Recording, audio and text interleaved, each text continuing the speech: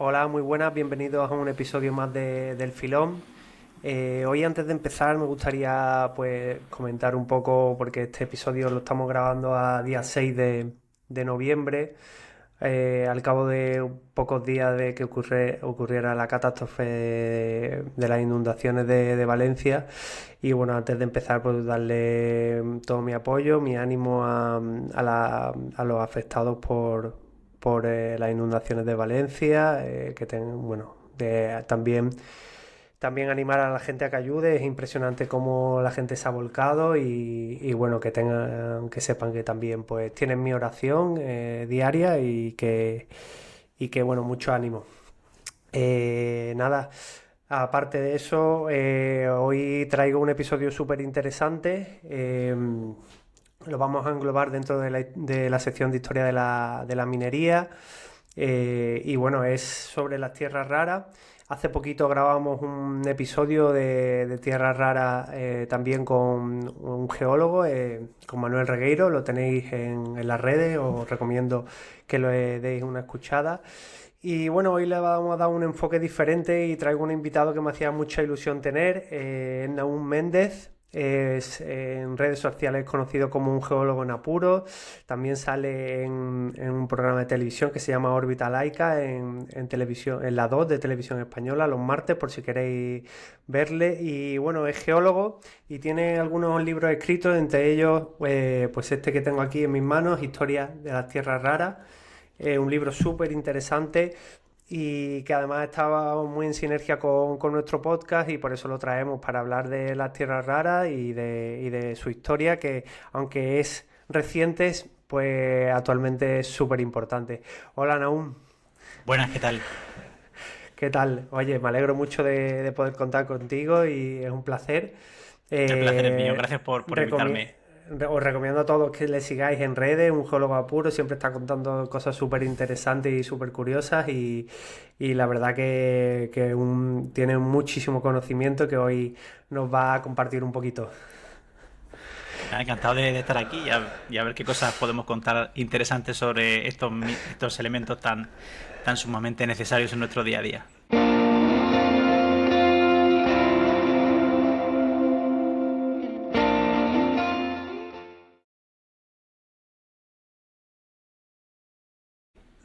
Pues sí, bueno, la idea es empezar un poquito por los orígenes, ¿no? Los orígenes de las tierras raras, cómo se descubrieron estas tierras raras y por qué fueron inicialmente difíciles de clasificar, ¿no? Bueno, pues las tierras raras tienen un nombre así un poco como un grupo, es un grupo de 17 elementos bueno, que no son evidentemente tan raros como su propio nombre indica.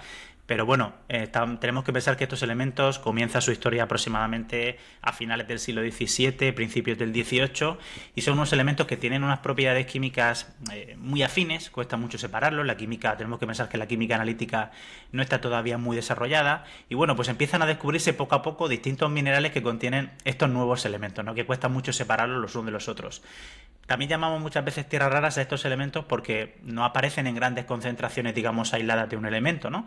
Entonces esto lo hace, bueno, que digamos, sean unos elementos un tanto difíciles de separar y a veces también de encontrar, aunque su abundancia, por ejemplo, en ocasiones sea más alta que puede ser la del oro o la del cobre, ¿no? Algunos elementos, algunas tierras raras son bastante más abundantes de la que nos podemos imaginar, pero sí que es cierto que, bueno, que separarlos de esos minerales y encontrar esos minerales que no suelen ser minerales primarios en la corteza terrestre a veces es realmente difícil, ¿no?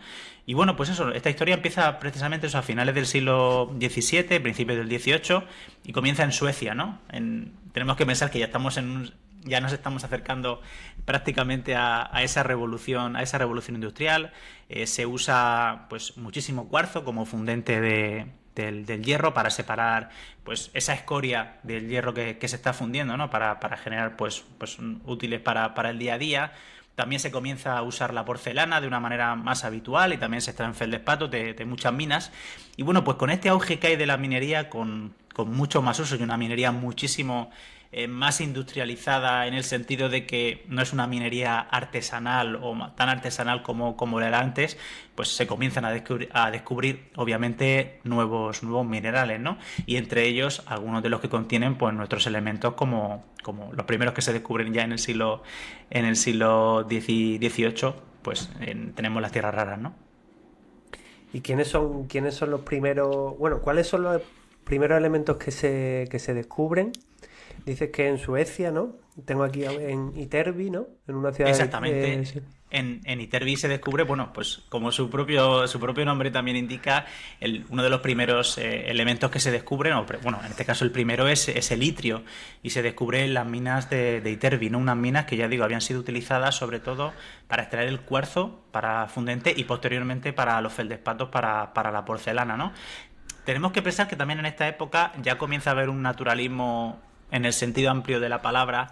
Hay mucha gente interesada por la naturaleza, hay mucha gente interesada por los minerales, por los fósiles, por el coleccionismo, y aparecen pues un montón de personajes. En el caso, por ejemplo, del litrio es importantísimo la figura de Carl Lasell Arrhenius, y bueno, pues todos estos personajes que de algún modo pues comienzan o bien porque tienen una relación con la mina, porque son ingenieros o porque son terratenientes o porque son cargos locales importantes, o simplemente por mera curiosidad, porque algunos simplemente eran pues a lo mejor militares que tenían una mayor formación en esta época, pues se meten en este mundo de los minerales a partir de, digamos, del coleccionismo. Y bueno, con esa relación que tienen con gente ya del mundo más propiamente científico, como pueden ser los químicos, es cuando empiezan a darse cuenta que hay algunos elementos más de los que nos pensamos dentro de estas tierras, en este caso los minerales, pero sobre todo de que, bueno, que algunas puede ser que tengan sorpresas y tardan mucho más tiempo en descubrirse, ¿no? Porque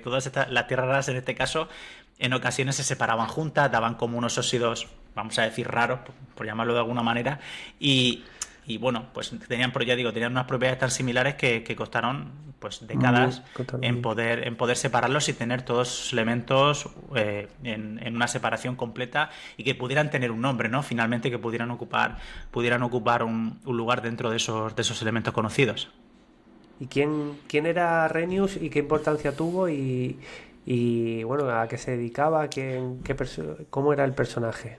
Bueno, pues Arrhenius era un oficial si no recuerdo mal, de la Armada sueca. Y bueno, ojo, no tenemos que confundirlo con el químico, ¿no? Porque también hay un Arrhenius, quien haya dado química, haya estudiado química en el instituto, Sí. en la universidad, conocerá a Arrhenius. Bueno, este Arrhenius no era, ¿no? Y bueno, pues a esta persona, como he dicho antes, los militares solían tener una formación un poco más elevada que el resto de la gente, ¿no? Bueno, pues a este militar le gustaba mucho la naturaleza, le gustaba mucho la mineralogía, ¿no? Y al final, bueno, como este militar pues había estado en otra zona de Europa, no se había quedado en Suecia, sino que había estado en Francia, había podido ir a la universidad y había podido escuchar pues eso, lecciones magistrales de algunos de los químicos de la época, como era Berzelius. Pues se dio cuenta que había en las minas en este caso de Suecia, en las que él había estado, que habían algunos minerales, bueno, que para la época no les sonaban ni eran conocidos en este caso, ¿no? Entonces, bueno, pues con esta relación que él tiene con los químicos, porque ya digo, él tenía algo de formación química, pues comienza a mandar, por decirlo también de una manera sencilla, muestras a algunos de los químicos y empieza, digamos, esta primera carrera por descubrir qué elementos componían estas primeras tierras raras que se iban a descubrir, con procesos obviamente muy artesanales, ¿no? En estos momentos, imaginaos, para disolver Claro. un mineral, pues se tenían que usar ácidos, calor, en fin. Era una técnica, porque ya digo, la química analítica en este caso no estaba extremadamente desarrollada y bueno, pues los procesos eran a veces bastante dificultosos para los químicos, ¿no? Vale, y este fue el primer elemento de tierra rara que se descubrió. ¿Cuál ha sido el último? Y bueno, si puedes contar un poco el proceso y algunas anécdotas que conozcas del descubrimiento de alguno de ellos que sean más interesantes. Bueno, pues el primero, mira, para hacer rapidísimamente, una visión, una pincelada rápida. Primero, descubierto tenemos el litio, luego vino el cerio, lantano, luego vinieron pues el herbio, el terbio, el iterbio, y bueno, esos digamos que serían los primeros, ¿no? Hasta prácticamente la segunda mitad del siglo XIX. Pero la última tierra rara que realmente se descubre ya en el siglo XX. Es decir, estamos hablando prácticamente de la mitad del siglo XX, ¿no? Y es un elemento que nosotros relacionamos a lo mejor mucho con esta carrera quizá por, no sé cómo decirlo tampoco, una carrera por ese avance científico tan importante bueno, pues al final, si pudiésemos dividir nuestro siglo XX casi en desarrollo tecnológico, tenemos pues una primera mitad quizá muy enfocada al desarrollo de la bomba atómica y luego una segunda mitad quizá más aplicada al mundo de la paz, ¿no? Bueno, pues en el siglo XX se descubre el prometio. El prometio, que es un elemento que, por cierto, si alguien lee el libro, verá que hay una errata en uno de los párrafos sobre el prometio, ¿no? Y pongo otra cosa, ¿no? Bueno, pues el prometio, ya digo, fue el último de los elementos, ¿no?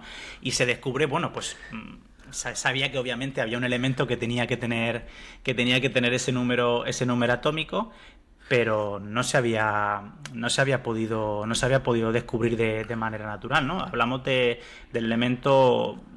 Hablamos de que había pues, elementos, por ejemplo, el 61, el 43, elementos que todavía no se habían descubierto. Se conocía el samario, por ejemplo, con el 62, y faltaba todavía muchísimo recorrido por poder descubrir este tipo de elementos. ¿Por qué? Como hemos dicho antes, uno de los problemas de las tierras raras es que al aparecer muchas veces juntas, su separación era realmente difícil, ¿no?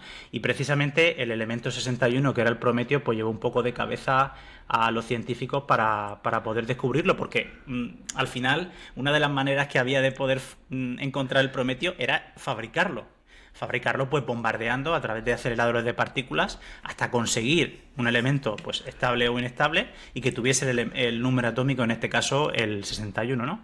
Y de hecho, bueno, pues se tuvo que una de las primeras formas de poder llegar al prometio fue a través de este bombardeo de iones sobre pues, distintos elementos hasta lograr ese con el peso con el número 61, ¿no? Y bueno, eso sería saldría un coste brutal, ¿no? No tendría mucho sentido, digamos, fabricarlo de esa manera. Claro, tenemos que pensar que para poder generar el elemento 61, pues se tiraron, bueno, digamos, podríamos decir que prácticamente se tiraron 3 años o 4 años bombardeando samario y neodimio. Bombardeando en el sentido de un ciclotrón, que es una cosa que gasta muchísima energía.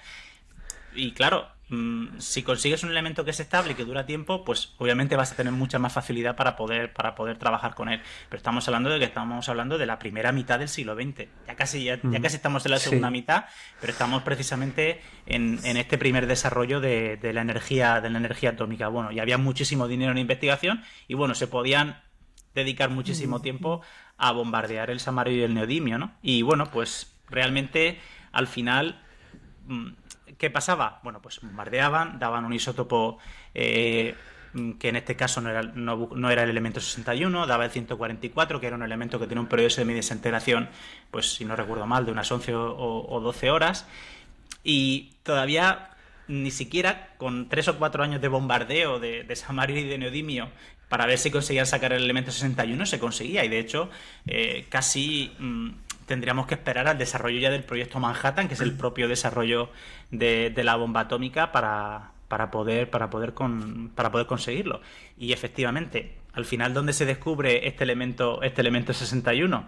Pues en esas cadenas de fisión relacionadas con esos primeros reactores nucleares. Entonces, bueno, pues tenemos que tener en cuenta que esto es una historia muy curiosa, ¿no? Ese desarrollo de la energía atómica, en este caso, a pesar de toda la ciencia básica que hubo antes para poder fabricar el elemento 61, no llega sino al descubrimiento del elemento 61, que es el prometio, no se llega más que por una mera casualidad. Porque estudiando todos estos elementos que surgían de estos primeros reactores nucleares, por ejemplo, el Chicago Pile 1, que es el primero, o el X-10, que es el segundo reactor nuclear, y ahí donde se encontró el elemento número 61, ¿no? Entonces vemos que, bueno, que a veces habían algunas tierras raras que realmente ha costado de encontrar. Ha costado un poquillo. Bueno, cuándo comenzaron las tierras raras a usarse industrialmente y qué industrias fueron las primeras en emplearlas? Pues esto es una historia muy curiosa, porque las tierras raras al principio de su uso, pues tienen unos usos que a nosotros se nos parecerían de derroche, y quiero explicarlo esto con un poco de detalle, porque no se usaban como las usamos hoy en día, que casi las veneramos, porque extraerlas es un proceso muy intensivo que requiere minar muchísimo, que requiere muchísimo trabajo de procesamiento. Volvemos a lo mismo, esos son elementos que cuesta mucho de poder separar. Y al principio, ¿para qué se usan? Pues se usan para las lámparas de la iluminación, ya sea para la iluminación pública o para la iluminación privada, para esas pequeñas caperuzas que llevaban estas lámparas primeras de gas o las que llevaban parafina, para dar una luz muy concreta, ¿no? ¿Por qué? Porque, por ejemplo, el cerio, cuando lo calentamos, da una luz blanca pues muy característica, ¿no? Pues ese era uno de los primeros usos para estos mantos que cubrían las llamas de estas primeras iluminaciones, incluso para el cine, en este caso la industria cinematográfica, cuando las lámparas requerían algunos tipos de iluminación, se usaban tierras raras, ¿no? Para dar ese tono, esa tonalidad característica que buscaban. Eso sobre todo ocurre en la primera parte de la historia de las tierras raras, ¿no? Hablo, pues eso, de finales del siglo XIX, principios del XX, ¿no? Ese uso, digamos, más consumible, o un uso más, pues sí, Sí. consumible al final, o fungible, ¿no? Que se usaba para iluminar y poquito más. Luego también tenemos que tener en cuenta que veníamos antes en nombre de la Revolución Industrial un poco de soslayo, pero en el siglo XX el uso de los metales, por ejemplo, el uso del acero es una cosa realmente increíble, ¿no? ¿Y qué pasa? Pues hay elementos, como pueden ser también el cerio o puede ser el lantano, que se puede usar como aleación en pequeñas proporciones para que el acero tenga otras propiedades, unas propiedades de una mayor resistencia, ¿no? O por lo menos para mejorar sus características para otro tipo de aprovechamiento industrial del metal. Luego, ¿para qué se usaba también? Hemos dicho que en las minas de Iterbi se extraía pues los feldespatos, ¿no? Para hacer la cerámica. Bueno, pues resulta que la cerámica es muy importante también, sobre todo a principios del siglo XX, y por ejemplo, de nuevo, pues, elementos como pueden ser el neodimio o de nuevo el cerio, ¿para qué se usaban? Para darles una pigmentación que fuese estable, sobre todo durante el momento en el que tienes que meter la cerámica al horno y que el pigmento no se te rompa por la temperatura. Pues bien, las tierras raras a veces se podían usar como pigmento. Vemos que son usos que hoy Sí, pues nos hoy llamarían muchísimo, muchísimo la atención, ¿no? Y bueno, pues ya conforme vamos avanzando, ¿dónde hemos podido usar todos tierras raras en nuestro día a día? En los mecheros, en lo que lanza la chispa del mechero, ¿no? Hay algunas la aleaciones chispa. que nos permiten, a diferencia de usar una piedra para poder usar la chispa, bueno, pues el metal este más blandito y que usábamos como la rueda para encender un mechero, pues tenía tierras raras, ¿no? Para hacer la fabricación de electrodos. Luego ya, conforme vamos avanzando un poco ya a la segunda mitad del siglo XX, ¿dónde han sido importantísimas las tierras raras?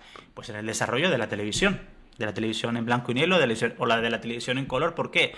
Porque algunos elementos formaban parte de los fósforos que se iluminaban en la pantalla cuando eran bombardeados por el cañón de electrones, y sobre todo en la televisión en color pues daban esa tonalidad que se buscaba, ¿no? El verde, el rojo, el azul. Y bueno, básicamente esos han sido los primeros usos de las tierras De raras, las ¿no? tierras raras. Hoy, afortunadamente, las tierras raras tienen usos prácticamente diría que en todos los campos o en todos los aspectos de nuestra vida diaria. Pues desde los chips que forman nuestros teléfonos móviles, por ejemplo, la fibra óptica. La fibra óptica, por ejemplo, puede tener tierras raras. Ya sé que mucha gente puede decir, bueno, ¿para qué puede servir una tierra rara dentro de una fibra óptica o determinado elemento? Bueno, pues que, por ejemplo, podemos provocar dentro de la fibra óptica, si metemos una determinada proporción de algunas tierras raras, podemos mejorar sus propiedades ópticas. Es decir, que cuando el haz de láser incida, pues que en vez de atenuarse rápidamente, pues a lo mejor que todavía tenga una capacidad de llegar un pelín más lejos, ¿no? Sin necesidad de tener que poner muchos más amplificadores.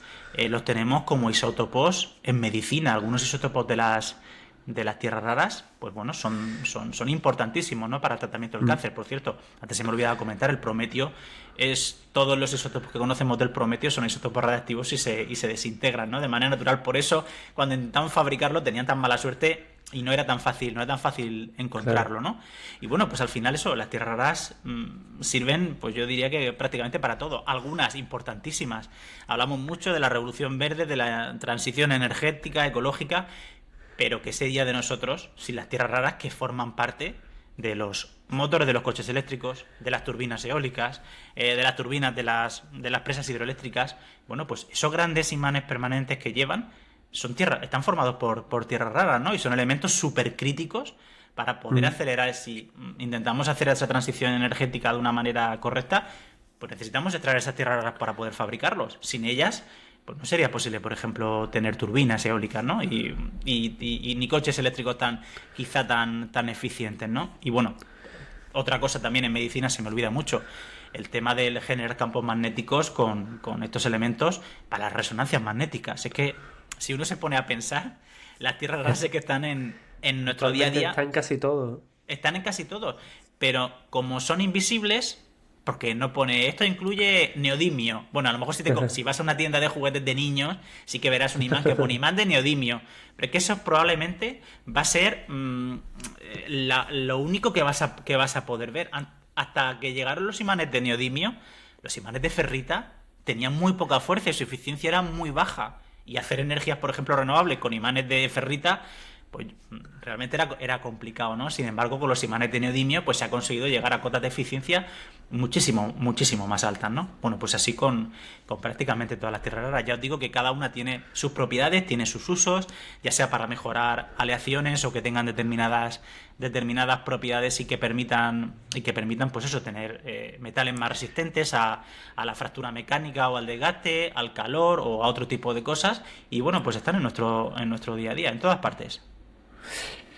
Qué interesante. Oye, ¿cuándo empieza o cómo es el proceso pues eso, de que has hablado, de que a lo mejor eran materiales que se usaban muy de manera puntual, en cosas muy puntuales como las luminarias, cómo pasan a ser ahora actualmente críticos, unos materiales súper estratégicos? El proceso es lento, se van descubriendo aplicaciones poco a poco y prácticamente sin darse cuenta, estas tierras raras se han convertido en imprescindibles, a diferencia de a lo mejor otros recursos tan importantes como el petróleo, el carbón, que fue como un poco más de golpe, ¿no? Esas revoluciones han sido más, digamos, sí, más de golpe, y esta ha sido un poco más progresiva y silenciosa, ¿no? Exactamente. De hecho, todavía seguimos encontrando aplicaciones hoy en día, o sea, las tierras raras, ¿no? Si ahora, por ejemplo, hiciéramos una búsqueda bibliográfica sobre cualquiera de los elementos, veríamos que van saliendo propiedades nuevas, ¿no? Esto es en parte porque, obviamente, no se nos ocurren todas las aplicaciones a estos elementos de golpe. El petróleo es un combustible fósil y al final voy a poner un símil un poco bestia, pero es como la leña que usamos en el fuego. La leña tiene un uso de combustible, lo usas y se ha terminado. Es cierto que el petróleo tiene más aplicaciones, ¿no? Pero al final sus aplicaciones podemos decir que son limitadas. Sin embargo, las tierras raras como elementos, pues es que se pueden usar en prácticamente cualquier cosa, porque primera que son 17 elementos, y eso ya te da una versatilidad por sus diferentes propiedades, y aparte porque algunos tienen propiedades tan diferentes que, o incluso ya no digo los elementos estables, sino los isótopos radiactivos, y que nos pueden ayudar muchísimo, ¿no? Ya digo, es que su versatilidad es tan grande que hoy en día seguimos encontrando, y sobre todo me preocupa este tema porque hoy en día quizá una de las aplicaciones yo creo que más importantes de las tierras raras y que muchas veces se nos olvida, ya sé que hablamos mucho de la tecnología y de las pantallas LED, pero una de las aplicaciones fundamentales hoy en día es la medicina, tanto en diagnóstica como de tratamiento, ¿no? Y las tierras raras también probablemente tanto en radioterapia como en quimioterapia en los próximos años veamos muchas más aplicaciones a este tipo de elementos de las que han tenido en el pasado, ¿no? Y eso también creo que es importante que lo tengamos en cuenta, porque de ahí también que sean elementos más críticos, porque obviamente seguro que seguimos descubriendo terapias contra el cáncer, ¿no? Pero cuando es mejor tener más herramientas que menos, y por ello pues tenemos que seguir trabajando por encontrar los recursos y tener por lo menos cierta independencia. Y que en estos usos de medicina, ¿cuáles son las tierras raras? ¿Qué elementos son de tierras raras los más importantes? Pues yo te diría que prácticamente son. Hay muchísimo, ¿no? Por ejemplo, mira, el samario. El samario es un elemento que se usa en radioterapia. Bueno, el samario, por lo menos dos isótopos, ¿no? El samario 152 y 153 se usan en radioterapia, por ejemplo, para el cáncer de próstata, para el cáncer metastásico de huesos. Y vemos bueno, que fijaos, dos isótopos de un mismo elemento ya tienen cierta importancia, ¿no? Por ejemplo, el tulio, que también es un elemento del que es un elemento, diría que casi súper desconocido, ¿no? El tulio, por ejemplo, algunos isótopos del tulio se pueden usar como iba a decir, como fuente de radiación, iba a decir proyector, como fuente de radiación, por ejemplo, para máquinas de rayos X portátiles. Es decir, imagínate que nos tenemos que ir pues a un sitio que ha sufrido pues una gran catástrofe, o a un sitio aislado, por ejemplo, en el Amazonas o en África, donde no hay electricidad. Bueno, pues con máquinas de rayos X que, por ejemplo, tengan isótopo de tulio, en este caso el 169 o el 170, pueden ser usados como fuentes de rayos X portátiles, ¿no? Que también puede ser así un poco una aplicación un poco llamativa, o también para el tratamiento contra el cáncer, ¿no? Puede ser usado como una fuente de braquiterapia, que es una especie de tratamiento contra el cáncer en el cual, digamos que te insertan en la zona donde está el tumor una pequeña capsulita o un pequeño trocito de elemento. ¿Y qué es lo que tiene? Bueno, pues que con esa desintegración radiactiva lo que se intenta es atacar una zona muy concreta del tumor, para que pues con el paso del tiempo, pues conforme se va desintegrando, pues finalmente el tumor vaya haciéndose cada vez más pequeño y desaparezca, ¿no? O sea que si nos ponemos a pensar, realmente las tierras raras tienen muchísimos. O también otro elemento que también se nos olvida muchas veces, el olmio. Es que son 17 elementos y que a Sí, veces, claro. cuyo nombre a veces ni siquiera hemos escuchado, ¿no? El Sí. olmio tiene algunos isótopos que tienen un periodo de semidesintegración muy corto, muy corto, muy corto, y que, por ejemplo, se pueden usar hoy en día para terapias para cánceres que son bastante difíciles de tratar en ocasiones, como pueden ser los cánceres hepáticos, porque tiene una duración muy determinada en el organismo, y una vez que con ese periodo de semidesintegración tan rápido, pues con el paso del tiempo dejan de tener su efecto, ¿no? Y bueno, pues al final yo diría que prácticamente casi todas las tierras raras tienen algún isótopo con utilidades realmente medicinales, ¿no? O sea que si nos pusiéramos a repasar todas las tierras raras, casi todas tienen una aplicación en medicina, y sobre todo, ya digo, muchísimas veces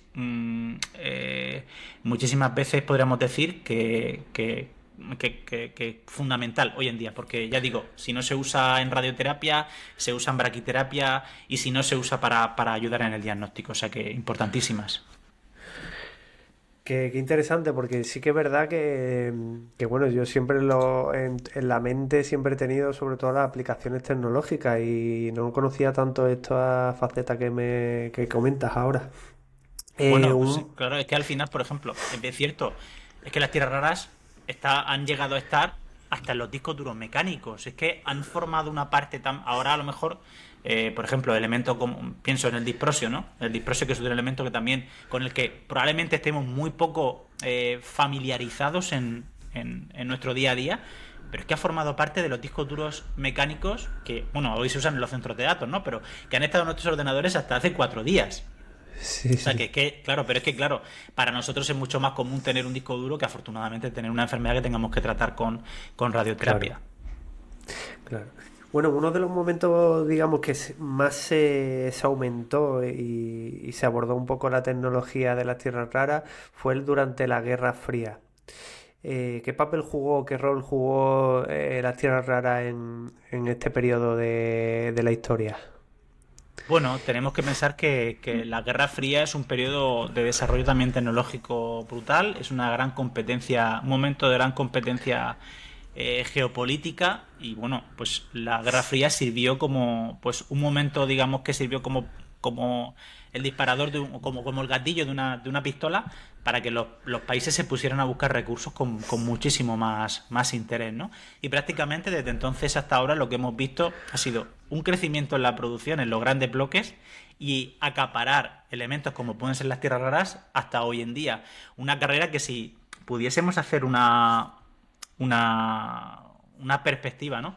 Desde la Guerra Fría hasta ahora, pues podríamos decir que prácticamente China, que a lo mejor en la Guerra Fría no estaba tan dentro, aunque estuviese, podríamos decir, dentro de la órbita soviética, pero aunque no estaba propiamente, no era un país de la URSS, aunque era un país comunista, cómo podemos ver cómo China, que era un país que podía estar más en silencio durante la Guerra Fría, comenzó en ese momento a empezar, no sé si con una visión estratégica o con una visión comercial o de qué tipo, comenzó a posicionarse lentamente, pero de una manera muy definida, obviamente con sus pequeños altibajos, comenzó a definirse como una de las grandes potencias y hoy en día la potencia número uno en la extracción de tierras raras. Sin embargo, conforme va acabándose la Guerra Fría, conforme vamos llegando ya hacia el siglo XXI, vemos como países como Estados Unidos, que entonces tienen una mayor cuota de mercado de tierra rara, conforme se va, en cuanto a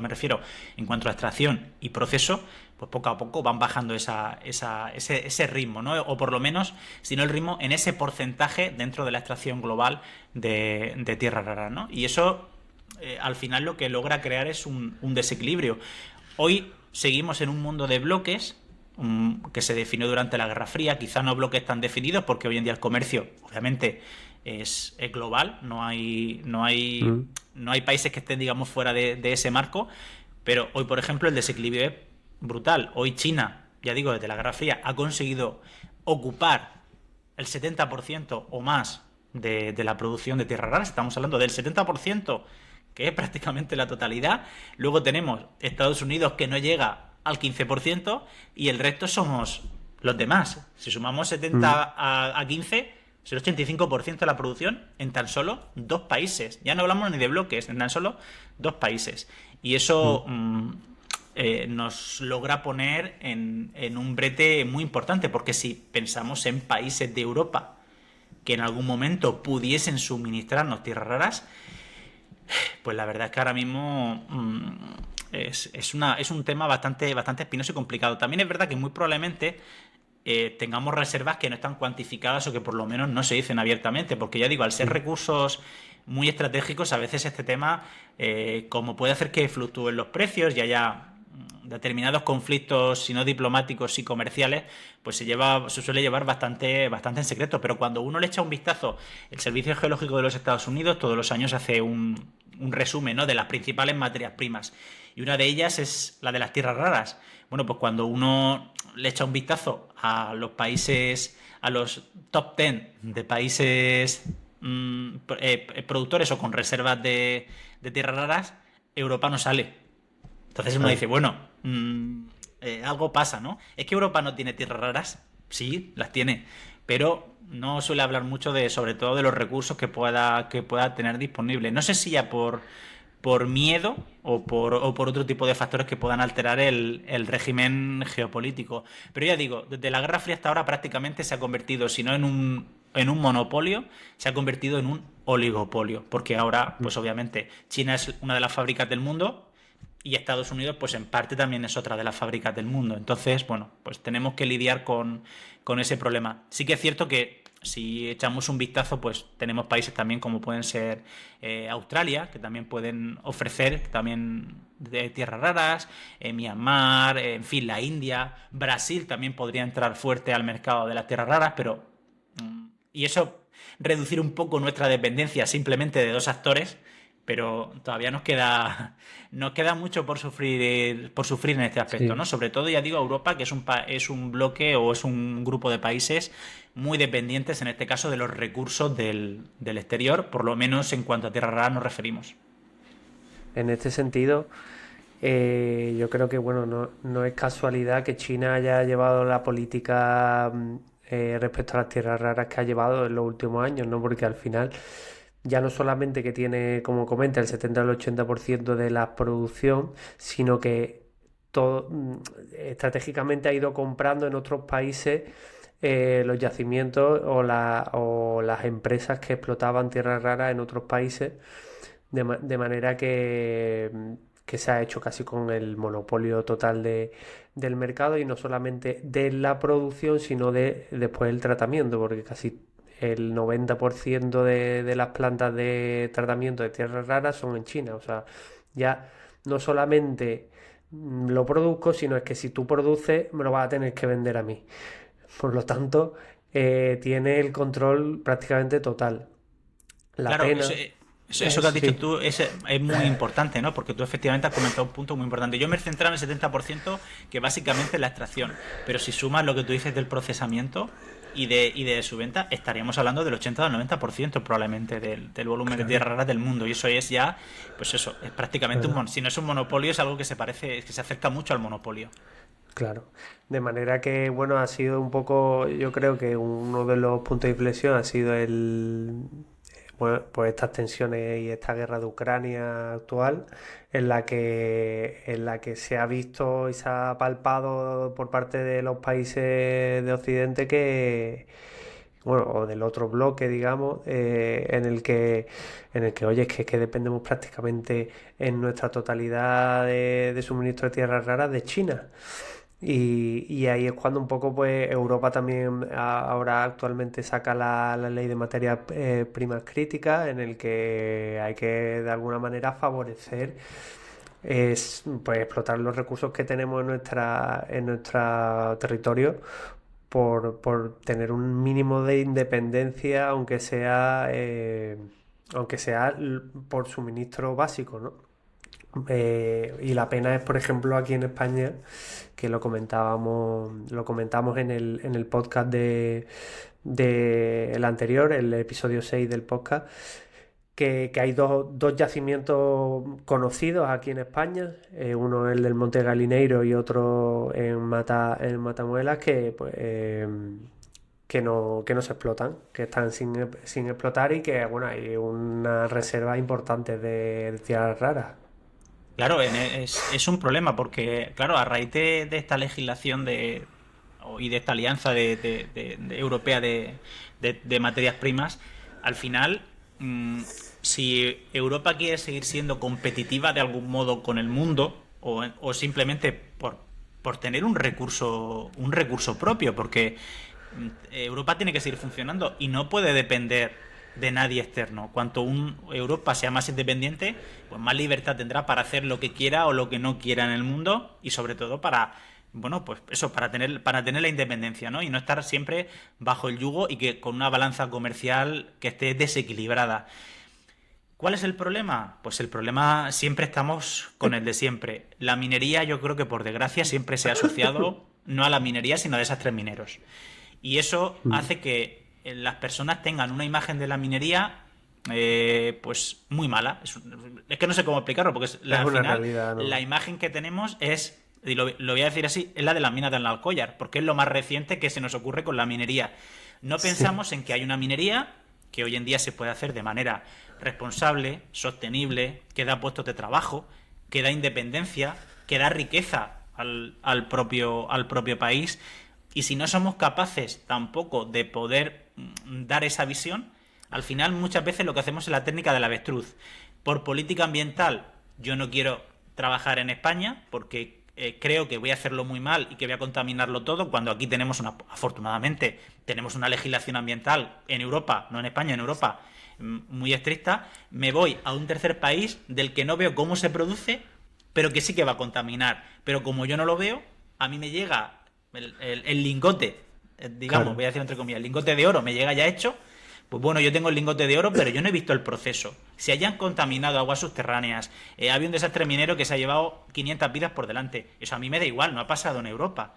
Entonces, cuando uno se plantea el uso de elementos, ya sean más estratégicos o menos, a veces tiene que hacer un esfuerzo y pensar si no sería también bueno el poder extraerlo, el poder procesarlo y el poder trabajarlo en su propio territorio. Porque ya digo, más garantías ambientales, más derechos laborales, más cuidado con todo, más que en Europa, Hombre, pues no sé si hay en algún lugar del mundo que tenga más cuidado que en Europa. Yo diría que no. Pero nos Diría que tenemos que no. quitar de encima ese velo de desastres mineros, de desastres ambientales que hemos tenido en el pasado. Y eso yo creo que va a ser muy difícil y va a requerir muchísima didáctica que tenemos por delante para poder hacer ver a la gente que la minería puede ser sostenible, puede ser útil, puede dar puestos de trabajo durante muchísimos años y traer una riqueza a zonas que a lo mejor ahora mismo pues tampoco tienen otra serie de recursos, ya no digo para explotar, ¿no? Sino para a nivel industrial o a nivel turístico o a muchos niveles.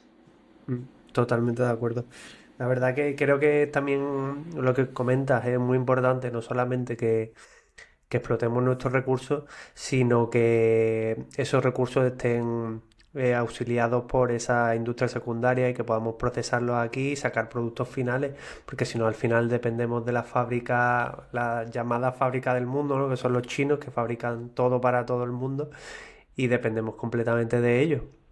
Claro, Entonces, una de las reflexiones que a mí estos días me han llamado mucho la atención, a raíz precisamente de la Dana de Valencia, ¿no?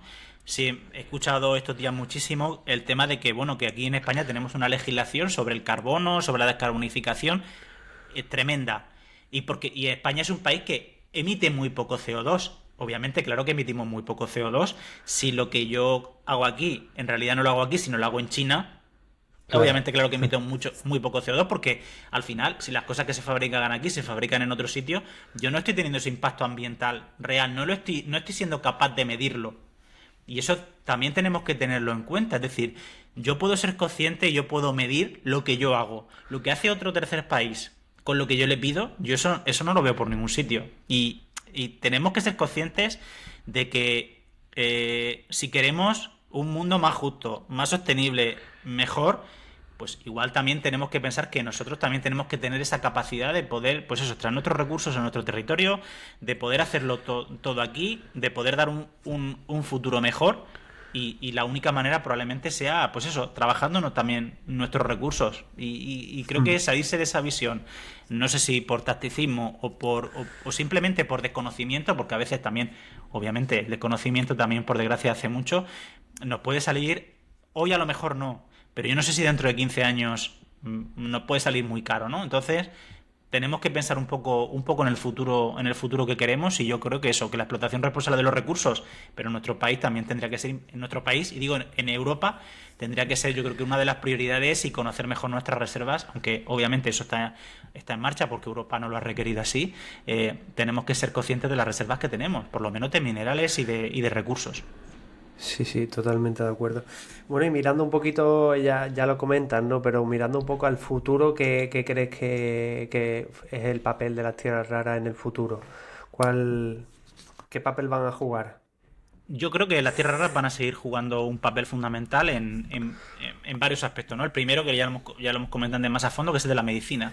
Conforme se sigan usando y desarrollando las terapias y las capacidades de diagnóstico con tierras raras, va a haber mucha presión sobre esos elementos y en concreto sobre ciertos isótopos. Algunos que estarán en la naturaleza y otros que haya que fabricarlos, pero va a ser exactamente igual de importante, ¿no? Y a mí esa me parece una parte fundamental. Pero a nivel tecnológico, hoy todas las comunicaciones van con fibra óptica. Vamos a necesitar tierras raras para ello. Hoy usamos todos pantallas, teléfonos móviles, sensores súper complejos. Todo eso requiere aleaciones de ingeniería aeroespacial. Todo eso requiere tierras raras. Y van a seguir requiriendo porque conforme pasa el tiempo le vamos descubriendo nuevas propiedades. Y esto es importantísimo que lo tengamos en cuenta. La historia de las tierras raras no acaba en el año que se descubre el prometio. La historia de tierras raras ha continuado y hemos seguido descubriendo propiedades. Y seguramente, conforme pase el tiempo, iremos descubriendo pues eso, nuevas propiedades que nos permitan aprovecharlas mejor. Descubrir propiedades ópticas que nos puedan venir muy bien para las comunicaciones.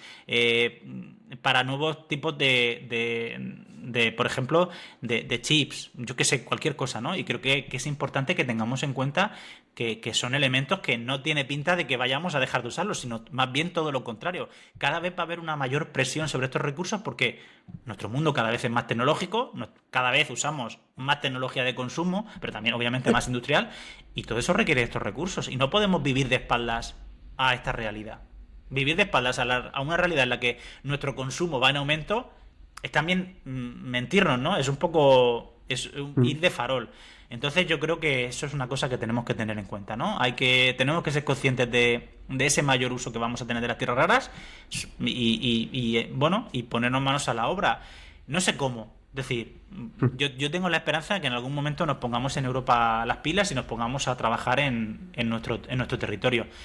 Pero también tenemos que pensar en el reciclaje, tenemos que pensar en otro tipo de extracciones a lo mejor más complejas y más caras, pero bueno, tenemos que pensar en que nuestra industria va a tener que seguir funcionando, va a seguir funcionando con tierras raras y sí o sí, o dependemos de nosotros o dependeremos de terceros países y que en este caso, obviamente, China, si sigue creciendo su extracción y su producción de tierras raras, va a ser un monopolio de facto, ¿no? Y eso tenemos que pensarlo muy bien, sobre todo desde la Comisión Europea. Yo creo que van a tener que echarle una pensadita porque lo hemos vivido Sí. con el petróleo. Del petróleo somos casi totalmente dependientes, si no al 100%, un porcentaje muy alto del exterior. Pues bueno, vamos a hacer lo mismo con otros elementos. Si podemos, a lo mejor en el caso del petróleo es más difícil, ¿no? Porque el petróleo y los Mm. yacimientos tampoco es que tengamos en Europa una cosa exagerada, pero en las tierras raras igual sí que tenemos Mm. la posibilidad de Totalmente. cambiar, de poder dar un paso adelante y no un paso hacia atrás. Totalmente. Has hablado del tema del reciclaje. ¿Las tierras raras tienen posibilidad de reutilización, de reciclaje? Claro, las tierras raras son unos elementos que por sus propiedades tienen la capacidad de ser reciclados, ya sea a veces extraídos por medios, incluso se están estudiando medios biológicos para poder extraer estas tierras raras de lixiviados, por ejemplo, o también lo que llamamos minería urbana, es decir, todos los cacharros que tiramos continuamente, porque hoy en día pues tiramos muchas cosas a la basura, o a los puntos limpios, no voy a decir a la basura, pero tiramos muchas cosas, pues igual es un momento igual que seguramente, no sé si dentro de muchos años, porque esta imagen es un poco distópica, vamos a desenterrar los basureros para sacar el cobre. Y el Sí. cobre. Esto que estoy diciendo no creo que sea una locura. Es decir, en algún momento puede ser que nos veamos ante una escasez de cobre y tengamos que ir al basurero a sacar la ingente cantidad de cobre que hemos tirado. Pues igual tenemos que empezar a pensar ya que, pues eso, los teléfonos móviles, las pantallas de ordenador y todo este tipo de cosas, es el momento de, si no reciclarlas al 100%, hacer un esfuerzo porque su reciclaje consiga extraer lo máximo posible de ellos y que no tengamos que continuamente extraer de la tierra. Porque las tierras raras, no nos olvidemos, ya he dicho que no son tan raras como su nombre lo indica, pero son un recurso finito. Y finito Sí. significa que se agota. Y no vamos a Sí. irnos a la luna a coger tierras raras, por lo menos en los próximos 40 años seguro. Que por cierto, en tu libro comenta bueno, que se han detectado tierras raras en un exoplaneta. Hablas Así de la es. Luna, digo, o sea, igual habrá que ir a otro planeta a sacar tierras raras. ¿O cómo? Pues bueno, este exoplaneta está un pelín lejos, ¿no? Es el exoplaneta. Más que está a 670 años luz, creo, más o menos, o 700 años luz. Eso, para que nos hagamos una idea, la estrella más cercana a nosotros está a 4 años luz y mucha gente no sabría ni situarla en el cielo porque brilla, brilla muy poco, ¿no? Pero que ya somos capaces de descubrir, por ejemplo, pues elementos, sobre todo en las atmósferas planetarias, ¿no? Y entre ellos, por supuesto, no podían faltar las tierras raras, ¿no? Y esto ocurre porque este planeta es un planeta que llamamos un Júpiter caliente, que es un planeta que es gaseoso, es un planeta grande y que se encuentra muy cerca de su estrella, ¿no? Entonces, bueno, pues a veces esas atmósferas, como se vaporiza una gran parte del planeta, incluidos esos elementos que para nosotros son sólidos, la Tierra ahora son elementos sólidos, bueno, pues se vaporizan y somos capaces de detectarlas en las atmósferas de los exoplanetas, ¿no? Algo que obviamente no podemos ir a coger porque está muy lejos, muy lejos, muy lejos, pero que es algo yo creo que también muy, muy interesante, por lo menos como curiosidad científica, ¿no? Que somos capaces de ver esa señal, esa huella dactilar del elemento, incluso a casi 700 años luz, que eso es bueno, yo qué sé, para mí es una cosa que creo que está, diría que lejísimos, ¿no? Bueno, Nahum, no sé si quieres, nos ha faltado por tocar algún tema, yo creo que más o menos está, tampoco queremos destripar el libro, que se lo lean, ¿no? Que se lean el libro que es súper interesante. Y nada, muchísimas gracias por venir al podcast El Filón y es tu casa, cuando quieras podemos grabar algún otro. Yo Y nada, encantadísimo de participar. bueno, pues muchas gracias, Naum. Un saludo.